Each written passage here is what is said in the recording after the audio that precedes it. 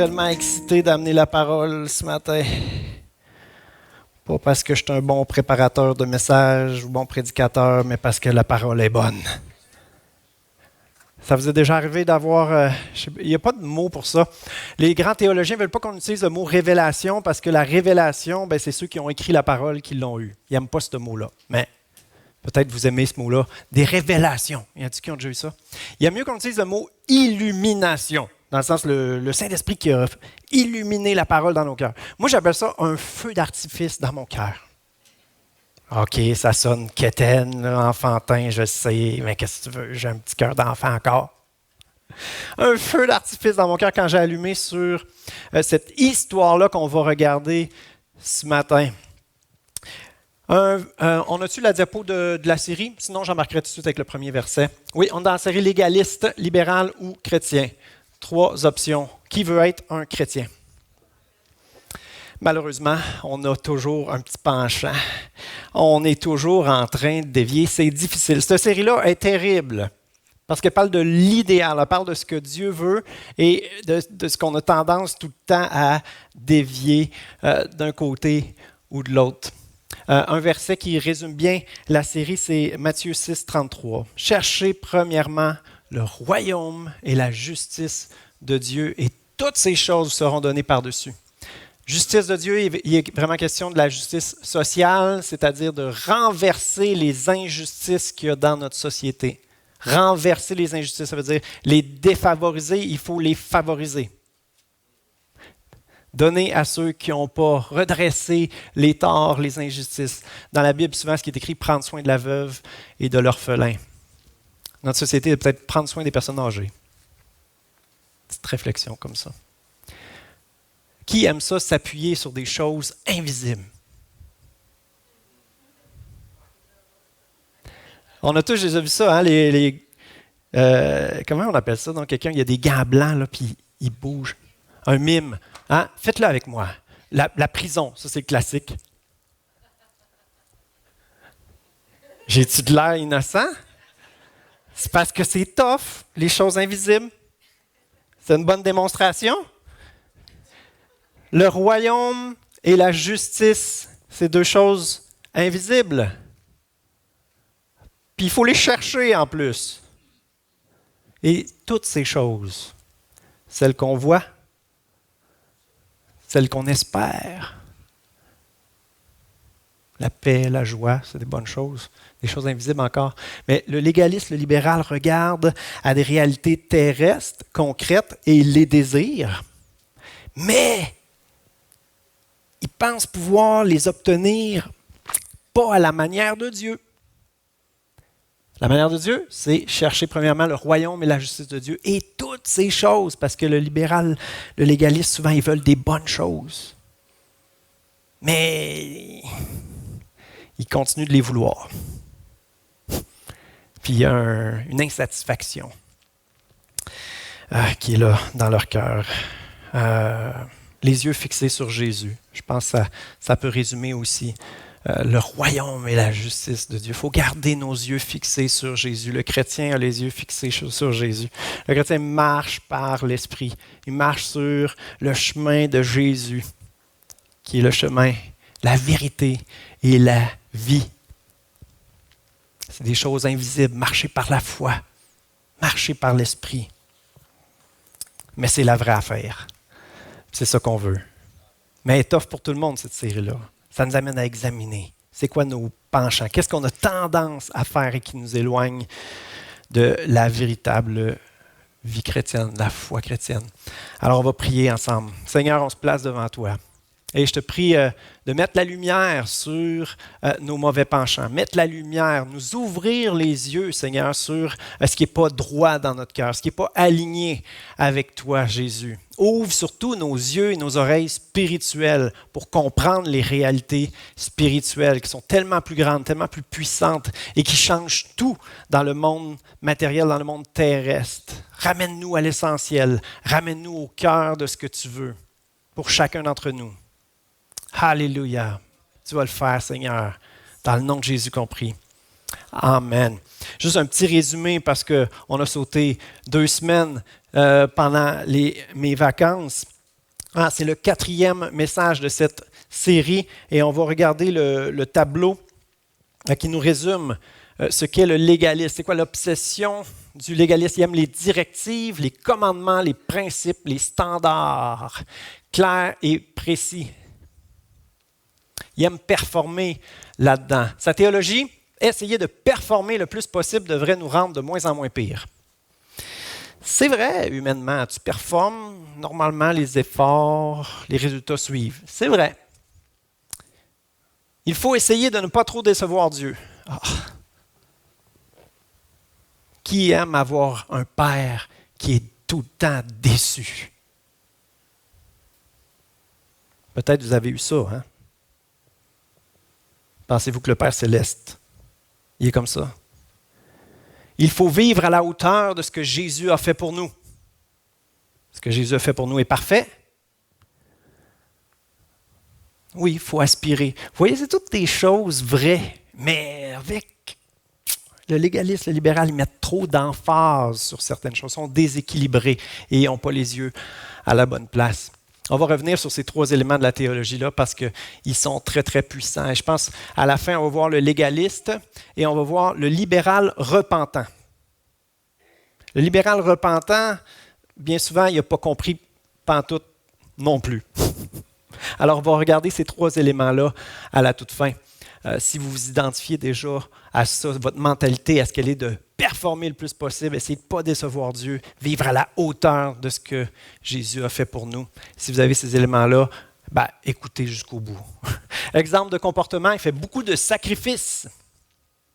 Mais comme le libéral, il a oublié ce qu'est la véritable obéissance, celle du cœur. Exemple, les pharisiens et les chrétiens judaïsants, ça c'est dans le contexte du Nouveau Testament. L'apôtre Paul se battait contre les chrétiens judaïsants. Il essayait de ramener toujours à ce que Jésus avait accompli la nouvelle alliance. Ce n'est pas par les œuvres, c'est par la foi. C'est une grâce. C'est un cadeau de Dieu. Et on va voir un 3e personnage aujourd'hui. Le libéral. Théologie, Dieu nous aime. Amen. Alors, amusons-nous. OK. Son désir, s'épanouir. Être joyeux ici, maintenant et pour l'éternité. Concrètement, faible discipline spirituelle. Lit peu ou pas sa Bible, juste quand il file. Prend très rarement du temps avec Dieu. Il fait des compromis de plus en plus. Exemple, sacré avec ses amis non chrétiens, coucher avec sa blonde avant le mariage, payer en dessous de la table. De petits compromis, des petits péchés mignons. Hein? Exemple, le jeune homme riche, les chrétiens antinomiens, ceux qui rejetaient complètement la loi, n'étaient même pas capables de voir les principes qui peuvent être bons là-dedans. Et un 3e personnage qu'on va voir aujourd'hui. Et oui, ce matin, on va voir une histoire biblique où il y a 3 personnages. Un qui représente Dieu, un qui représente le légaliste et un qui représente le libéral. Quelqu'un a une idée? Ah ouais! Puis le fils prodigue, ça va être lequel? Le titre du message, matin, c'est « Comprendre le cœur du Père ». Comprendre le cœur du Père. On va voir 2 personnages qui n'ont pas compris le cœur du Père. Et on va voir qu'est-ce qui leur a échappé. Ça a été quoi les pièges dans lesquels ils sont tombés, qui les a aveuglés sur le cœur du Père. Alors oui, c'est dans Luc 15, une histoire bien connue qui commence par « Un homme avait 2 fils. Le plus jeune dit à son père, « Mon père, donne-moi la part de l'héritage qui doit me revenir. » Le père leur partagea alors ses biens. Ah, les jeunes! J'ai tellement hâte d'être libre. Qui a déjà dit ça quand il était jeune? De partir de chez mes parents, je vais être enfin libre. Je vais être enfin responsable, oui. Libre, ça reste à voir. Alors le père leur partage ses biens. Vous savez, normalement, on hérite quand? Quand les parents sont morts. Ne dites pas Amen. Alors, demander son héritage, ça veut dire, j'aimerais bien que tu sois actuellement mort. Je pourrais hériter. Hein? Pourquoi il fait ça? Ben parce qu'il pense qu'il va être plus heureux en obtenant son héritage, puis en s'arrangeant lui-même, en gérant lui-même ses affaires. Dans le fond, il se pense plus fin que son père. Chose certaine, dans la maison de son père, il n'est pas comblé. Il désire plus, il désire autre chose.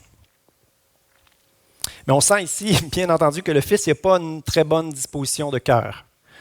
Hein? Comme je disais tout à l'heure, le libéral, le légaliste, souvent, ils veulent des bonnes choses, mais les motifs, le pourquoi tu veux ça, souvent, c'est pas bon. Puis après ça, le comment tu veux aller le chercher, souvent, c'est pas bon.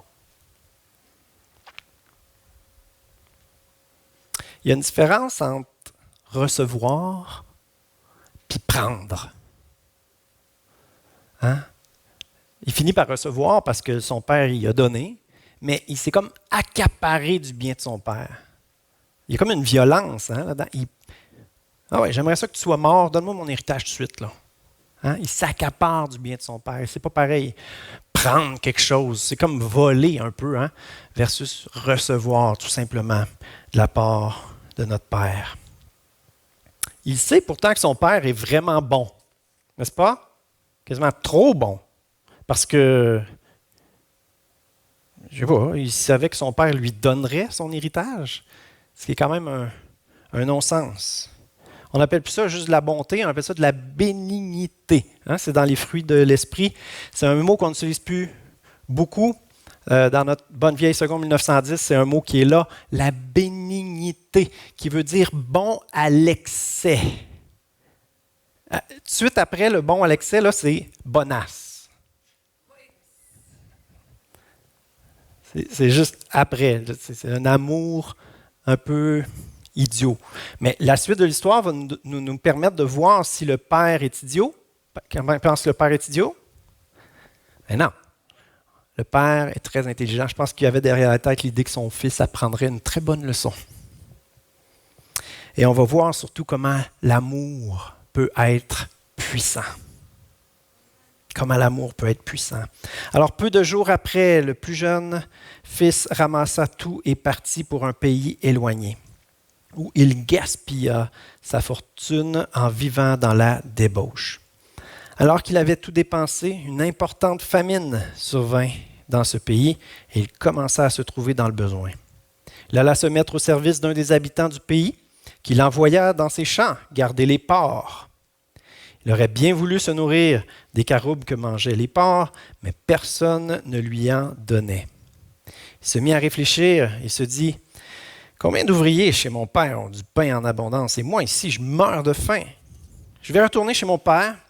Et je lui dirai, « Père, j'ai péché contre le ciel et contre toi, je suis plus digne d'être appelé ton fils, mais traite-moi comme un de tes ouvriers. » Il se leva et alla vers son père. Et alors qu'il était encore loin, le père le vit et fut rempli de compassion. Il courut se jeter à son cou et l'embrassa. Le père est tellement bon. Il croit encore en son fils. Il croit, lui, au fils prodigue. Et moi, je m'imagine le petit gars là, arrivé, il devait être méconnaissable. Il part avec la caravane de chameaux, puis je sais pas, des troupeaux de plein de richesses. Hein? Il part, il est plein aux as, bien habillé. Il revient habillé en lambeaux, plus rien dans les poches, l'estomac vide. Il devait être méconnaissable. Puis moi, je vois le père qui est là, puis qui regarde au loin, puis qui voit un gars arriver. Hey, pour moi, ça doit être mon gars. Je suis sûr que c'est lui. Il faut que ça soit lui. Ah oui, c'est sûr que c'est lui. C'est sûr que c'est lui. Il part à courir. Excusez, pas trop m'énerver. Il part à courir, mais le fils il est méconnaissable. Le père part à courir. Il faut que ça soit lui. Puis il arrive, ben oui, c'est bien lui. Il prend dans ses bras. Il faut que ça soit lui. Au pire, je vais avoir l'air fou de m'être trompé, mais si c'est mon gars, il faut que je sois le premier à l'accueillir. Incroyable. Il y a des éléments intéressants dans cette histoire-là quand on regarde à la culture de l'époque. Vous savez, le père de la famille, c'est un homme honorable. Et il y a des façons de se comporter de façon honorable. Et un père de famille, ça ne lève pas sa tunique pour courir. C'est inconvenant. C'est ridicule, méprisable. Un père de famille, c'est fier. Ça ne lève pas sa tunique pour courir après, surtout pas après le cabochon de petit-fils qui a voulu prendre son héritage. C'est un non-sens, cette histoire-là. L'amour du père n'a juste aucun bon sens. Puis la démonstration de son amour non plus. Au risque d'avoir l'air fou, lui, il s'en fout. Il ne pense pas à de quoi qu'il y a de l'air. Il veut juste être là pour accueillir son fils. Alors le fils va lui dire, comme il avait prévu, « Père, j'ai péché contre le ciel et contre toi.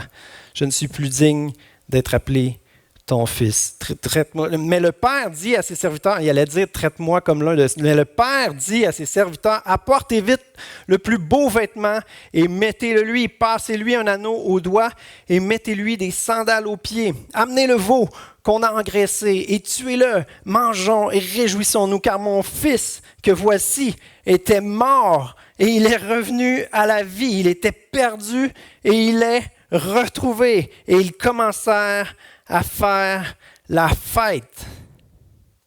Il n'a pas pris le temps de réfléchir beaucoup, hein? Il n'a pas posé de questions. Il n'a même pas laissé finir sa phrase.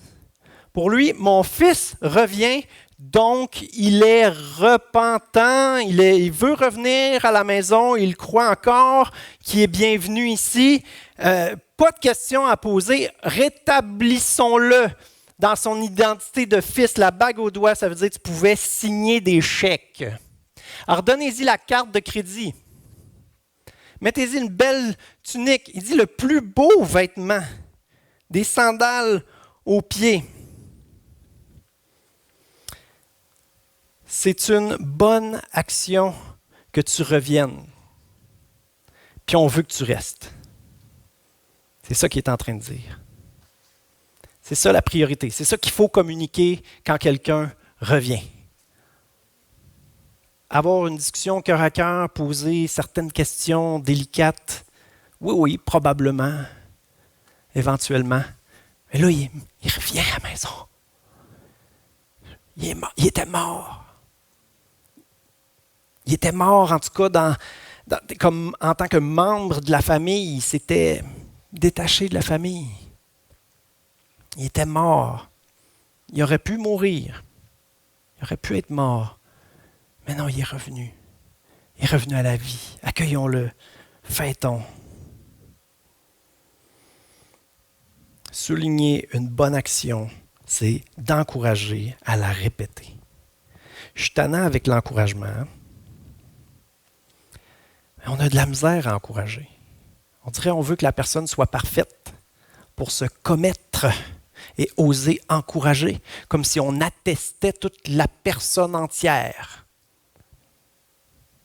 J'approuve cette personne-là. Oh, si les gens voient que j'approuve cette personne-là, ils vont penser que j'approuve tout ce qu'elle fait. Vrai? On a de la misère à encourager. Qu'est-ce qu'on perd à encourager? Est-ce que la personne, tout d'un coup, devient meilleure que nous puis va nous humilier? So what? Hein? Encourager. C'est une bonne chose qu'il revienne à la maison. Fêtons, encourageons-le. On veut que tu restes. On veut que tu restes. Et s'il part encore après et qu'il revient, le père va faire la même chose. Et s'il part encore et qu'il revient, le père va faire la même chose. Et s'il part encore, mais qu'il revient, le Père va le faire encore. Parce que c'est cette démonstration d'amour qui peut transformer pour vrai. S'il part 7 fois, 70 fois, il va le faire encore. Pourquoi tu dis ça 7 fois, 70 fois? Ça fait 490. Mais ce n'est pas tant le chiffre que le principe de encore et encore. Matthieu 18. Seigneur, combien de fois pardonnerai-je à mon frère lorsqu'il péchera contre moi? Est-ce que ce sera jusqu'à 7 fois? Pas mal quand même. Jésus lui dit, je ne te dis pas jusqu'à 7 fois, mais jusqu'à 70 fois 7 fois. Mais ça n'a pas de bon sens. Non. Ça n'a pas de bon sens. C'est l'amour du Père. Ça n'a pas de bon sens. On peut donner une main d'acclamation au Père. Combien qui aiment que le Père les aime? Or, le fils aîné était dans les champs. Lorsqu'il revint et approcha de la maison, il entendit la musique et les danses. Il appela un des serviteurs et lui demanda ce qui se passait. Le serviteur lui dit, « Ton frère est de retour et ton père a tué le veau engraissé parce qu'il l'a retrouvé en bonne santé. » Le fils aîné se mit en colère et il ne voulait pas entrer. Son père sortit, le supplier d'entrer. Mais il répondit à son père, « Voilà tant d'années que je suis à ton service, sans jamais désobéir à tes ordres, et jamais tu m'as donné un chevreau pour que je fasse la fête avec mes amis. Mais quand ton fils est arrivé, celui qui a mangé tes biens avec des prostituées, pour lui tu as tué le veau engraissé. » « Mon enfant, lui dit le père, tu es toujours avec moi, et tout ce que j'ai est à toi. Mais il fallait bien faire la fête et nous réjouir parce que ton frère, que voici, était mort et il est revenu à la vie. Il était perdu et il est retrouvé. » Et encore une fois, le père s'humilie. Normalement, un père, ça ne s'abaisse pas au niveau de ses fils. Un père ne supplie pas son fils. C'est inconvenant. C'est une honte. En plus, peut-être le serviteur est encore là et il voit ça. Non, un père, ça reste à la fête, à la meilleure place. Voilà ce qui est convenable. Voici ce qui est digne du père de la maison. Mais non, il sort, s'en va voir son fils qui ne comprend pas, qui n'accepte pas, qui est fâché. Puis il lui dit certaines vérités. Vitement, on va regarder aux 3 personnages. Le fameux fils prodigue, facile de le regarder comme quelqu'un de ordinaire. Mais nous, qu'est-ce qu'on fait avec ce que Dieu nous donne?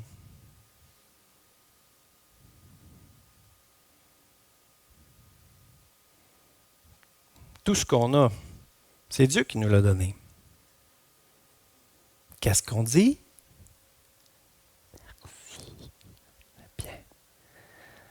Un petit gloire à Dieu. Alléluia. Gloire à Dieu. Alléluia, ça veut dire gloire à Dieu en hébreu. La reconnaissance. La louange. Rendre gloire à Dieu pour tout. Rendre gloire à Dieu pour tout, ça aide à continuer de vivre toutes les bénédictions que le Père a pour nous avec lui. Avec lui. Puis la plus grande bénédiction, c'est lui-même. C'est ça l'idée. Une invitation à profiter de ce qu'il y a de meilleur, c'est-à-dire lui-même, Dieu qui est parfait. Et si on vit dans la reconnaissance, où on rend gloire à Dieu pour tout, c'est dans cette attitude-là qu'on peut continuer de vivre, continuer de jouir de toutes les bénédictions de Dieu, continuer d'en recevoir, continuer de s'émerveiller de Dieu avec lui. Avec lui. Non seulement à côté de nous, mais en nous-mêmes. Le fils aîné.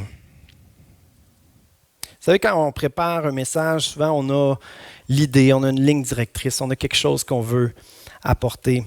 Mais on est soumis aux Écritures. On ne peut pas dire n'importe quoi, on ne peut pas dire ce qu'on veut. On est soumis aux Écritures. Et alors, on se met à étudier, puis parfois, là, les confirmations sont extraordinaires. Extraordinaires. Et ça a été le cas lorsque je me suis intéressé au fils aîné. Je me disais, on peut-tu vraiment l'identifier au légaliste, le fils aîné? Regardez bien comment il va s'expliquer au père. Il dit, voilà tant d'années que je suis à ton service sans jamais désobéir à tes ordres. C'est vrai? Tant d'années que je suis à ton service sans jamais désobéir à tes ordres. À ton service, ça veut dire que je suis assujetti, en servitude, esclave, sans jamais désobéir, ça veut dire sans jamais déroger, sans rien négliger. Il respecte tout à la lettre. C'est louable, c'est tout à son honneur, mais ça sonne comme une obéissance technique. Il n'est pas question du cœur de travailler, collaborer avec le Père, faire avancer l'entreprise, user de créativité parfois, amener les choses plus loin, sans jamais désobéir à tes ordres. Tes ordres, ça veut dire tes préceptes, tes lois, tes commandements, tes injonctions. Sans jamais déroger de ce qui est prescrit, commandé, ordonné. Le Père aurait beaucoup de choses à dire sur ces points-là. En tant qu'esclave, il pourrait dire, tu penses vraiment que je te considère comme un esclave? OK. Il pourrait dire, bravo pour ton non-désobéissance, mon ami.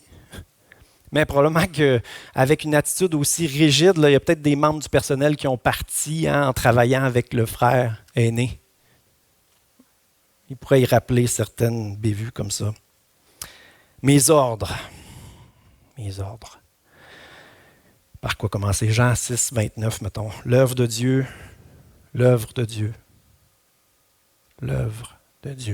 c'est que vous croyez en celui qui l'a envoyé. Que vous croyez, que vous mettiez votre confiance en lui. Et c'est qui va faire l'œuvre? C'est Dieu. Ah, c'est pour ça qu'il est écrit l'œuvre de Dieu. Fait que nos œuvres à nous, c'est pas tant ça le but de l'exercice. Voilà. Et qu'on oublie ces choses-là. Je suis tout seul? Et qu'on oublie ces choses-là. Et qu'on est facilement axé sur nos œuvres, nos efforts. Que vous croyez. Acceptez d'être des fils et non pas des esclaves, orphelins. Accepter d'être des fils, des filles. Avoir l'humilité de reconnaître qu'on a besoin du Père. La vie chrétienne, c'est une question d'identité. Une nouvelle identité que Dieu nous donne. Le Fils mort pour nous, pour que nous devenions fils et filles. C'est une nouvelle identité dans laquelle il faut entrer. C'est invisible. Mais c'est la vraie affaire. Par la foi. Accepter la vie que Dieu veut pour nous. Mettons-nous un petit peu à la place du frère aîné. Avouez que ça dérange, cette histoire-là. Avouez que c'est injuste. Le père en fait, qu'est-ce qui dérange? Est-ce que c'est le fait que probablement que le père s'est appauvri en donnant son héritage? Ça ne semble pas trop dans l'histoire. Dans le sens que le père a beau donner la moitié de l'héritage, on dirait qu'il n'est pas appauvri ben. Le père semble avoir beaucoup de ressources. Connaissez-vous un père qui a beaucoup de ressources? Pensez-vous que ce qui l'attriste, c'est que le frère a dû se faire du mal? Non, ça ne semble pas trop le préoccuper non plus. Qu'est-ce qui le dérange? Qu'est-ce qui nous dérange? Ce qui nous dérange, c'est l'amour exagéré du père. L'amour injuste du Père. Il n'y en a pas de justice là-dedans.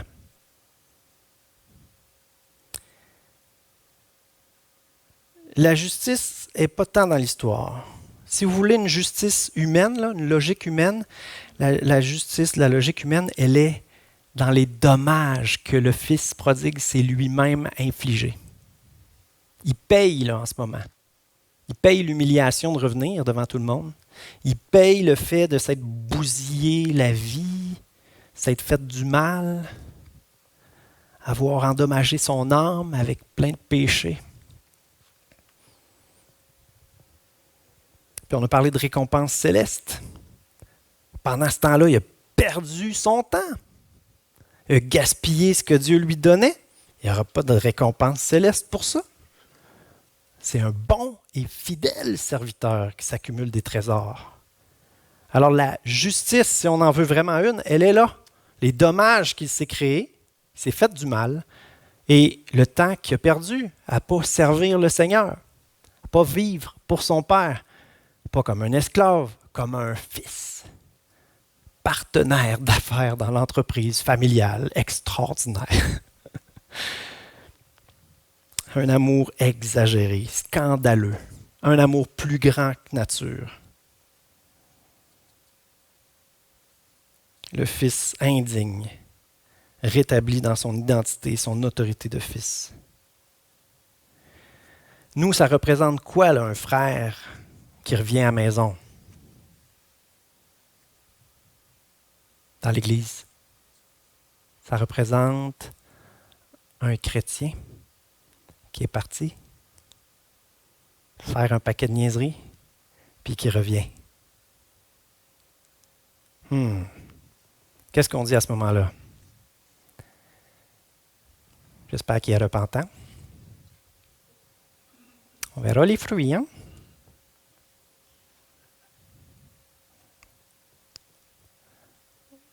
Avouez-le, là. Pas tout seul à me dire ça. On est comme ça. Est-ce qu'on est capable d'accueillir comme le Père?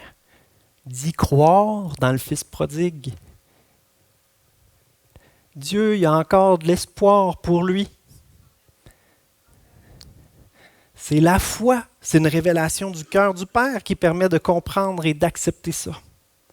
Et ce qui permet de comprendre et d'accepter ça, c'est de l'avoir nous-mêmes expérimenté. Si on n'est pas d'accord avec ce Père-là, c'est parce que nous-mêmes, on ne l'a pas expérimenté. Et on peut être longtemps dans l'Église sans véritablement l'avoir expérimenté. On est bons, les êtres humains, à tout prendre dans notre cerveau, mais pas laisser le Saint-Esprit faire la job en profondeur, en esprit et en vérité. Il faut expérimenter l'amour du Père pour ensuite véritablement le comprendre. Et puis c'est la fête, c'est la fête. Le grand frère n'est pas capable de faire la fête. Il y a de la difficulté à se réjouir. Pourquoi? Parce qu'il est malheureux.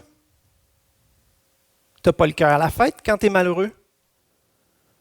Tu n'as pas le cœur à la fête quand tu es un esclave assujetti qui suit les injonctions de son terrible père. C'est lourd, le légalisme. C'est pesant. C'est fatigant. Pour le légaliste, la meilleure chose qui peut t'arriver, là, c'est mourir, te convertir juste avant de mourir. Le larron sur la croix, là, all right.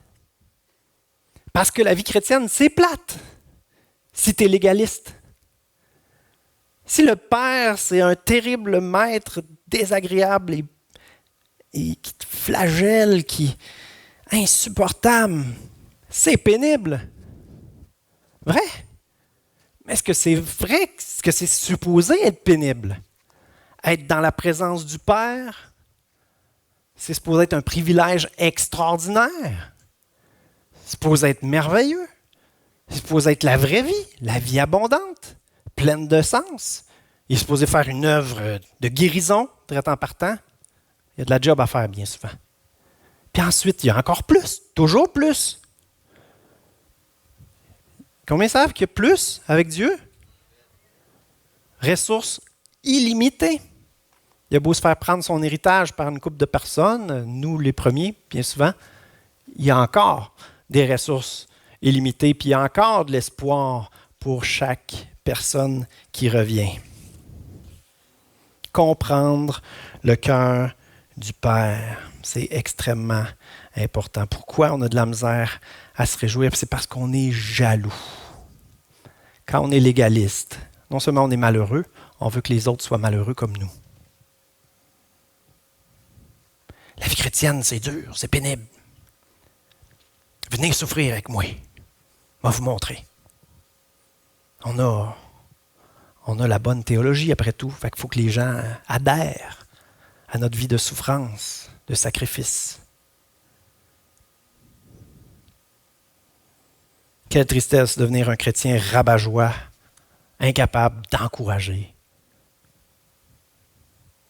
Incapable d'encourager. Pourquoi? Bien parce que les gens sont imparfaits. Il ne faut pas les encourager. Ils vont continuer d'être imparfaits. Non, mais avec les yeux de la foi, appelle à l'existence ce qui n'est pas. Espère tout, crois tout.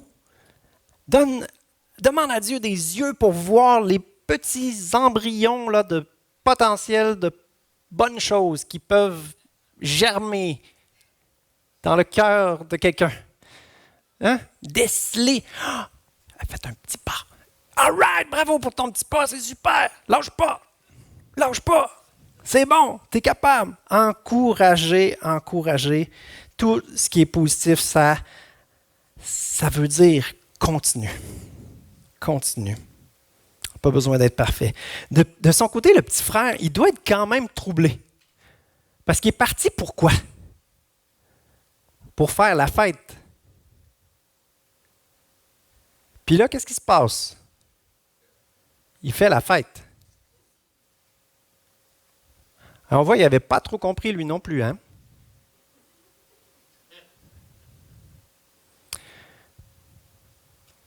Une bonne pour vous. La fête, la vraie fête, elle est dans la maison du Père. La vraie fête est dans la maison du Père. Il y a la fête dans le cœur du Père. Il y a la joie. Il y a l'allégresse. L'allégresse, c'est une joie qui se manifeste. Extérieure, ça déborde. Oui, on n'est pas très expressifs, nous, les Blancs. Il manque d'Africains. Africains, dans le coin, venez à l'église, on a besoin de votre joie.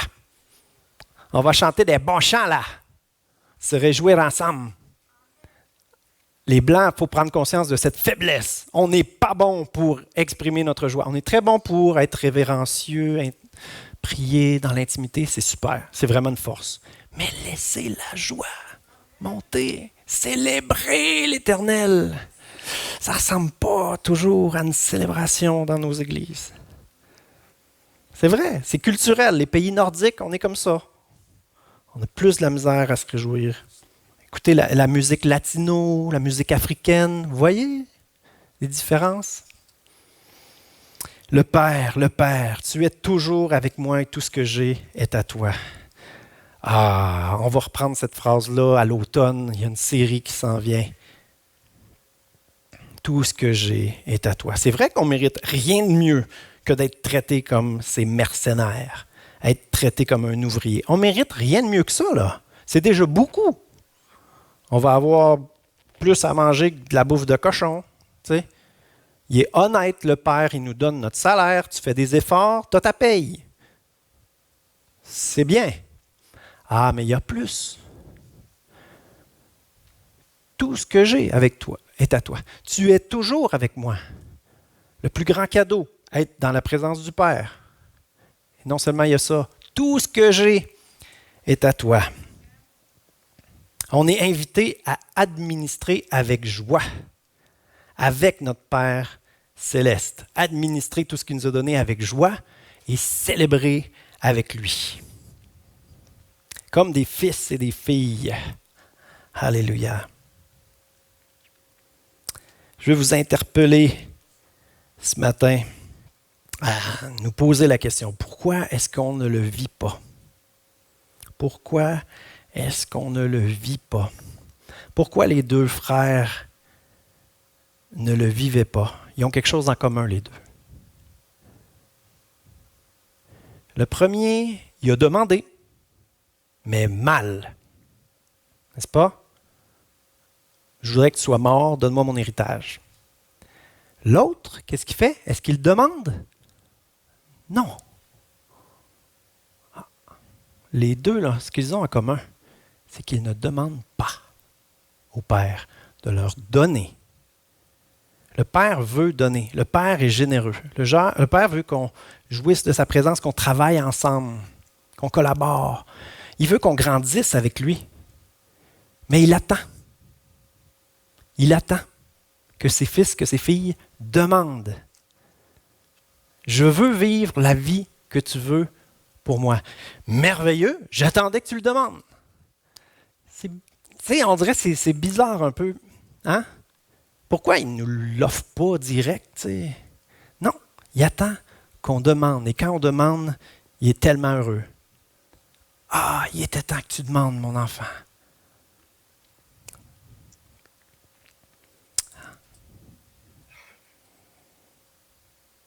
Les éléments qui étaient dans la théologie au début, il faut vivre à la hauteur de ce que Dieu a fait pour nous.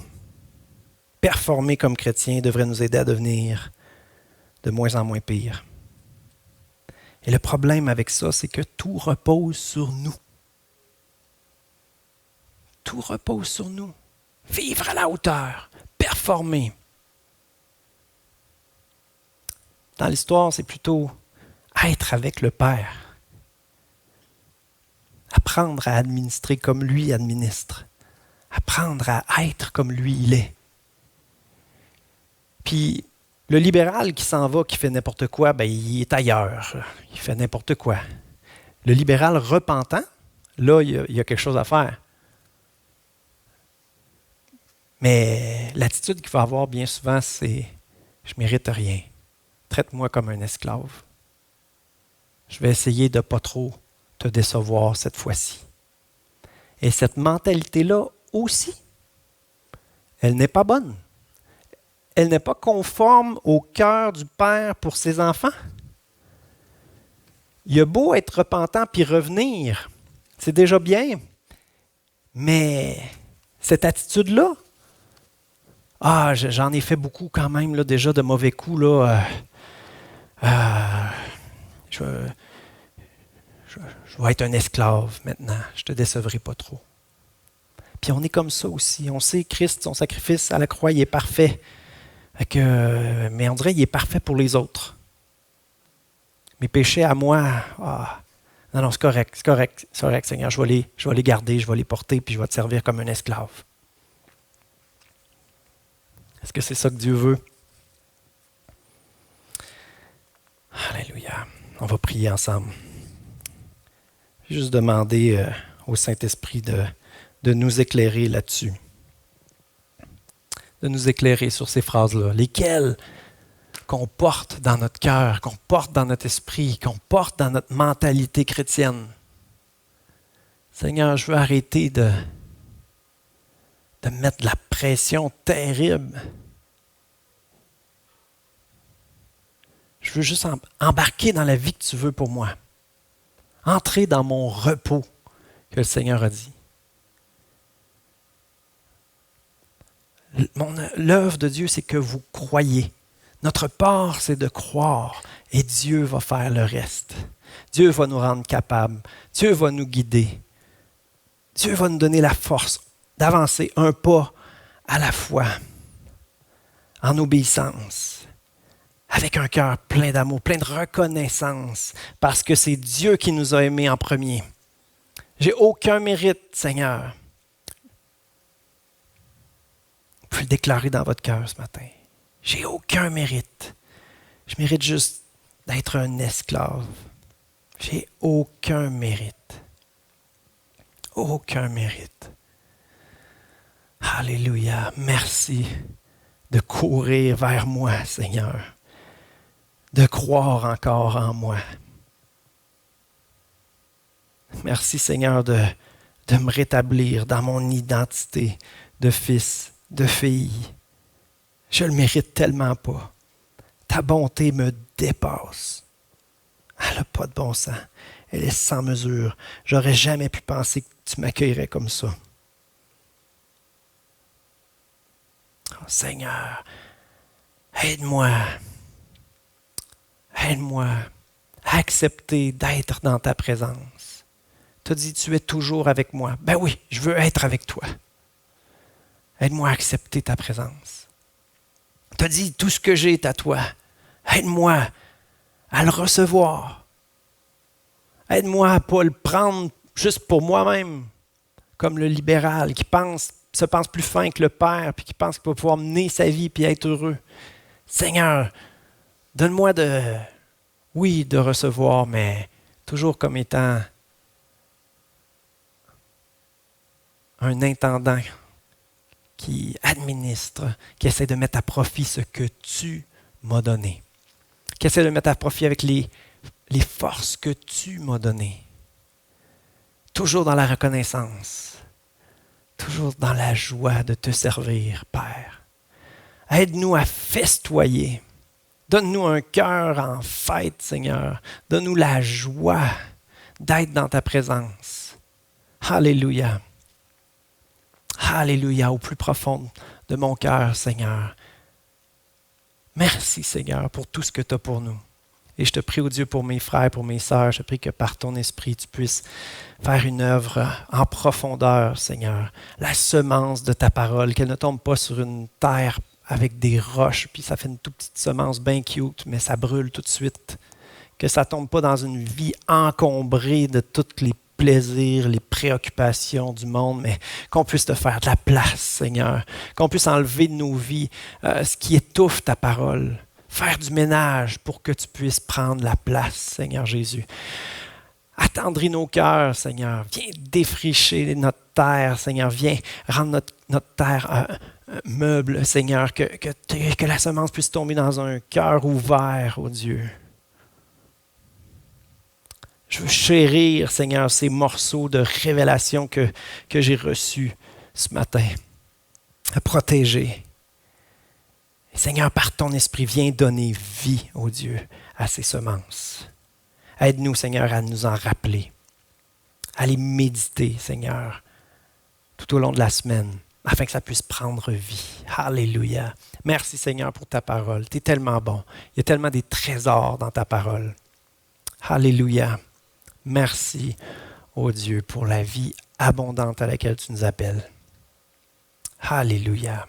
Et on te dit oui. On te dit Amen, qui veut dire qu'il en soit ainsi. Qu'il en soit ainsi.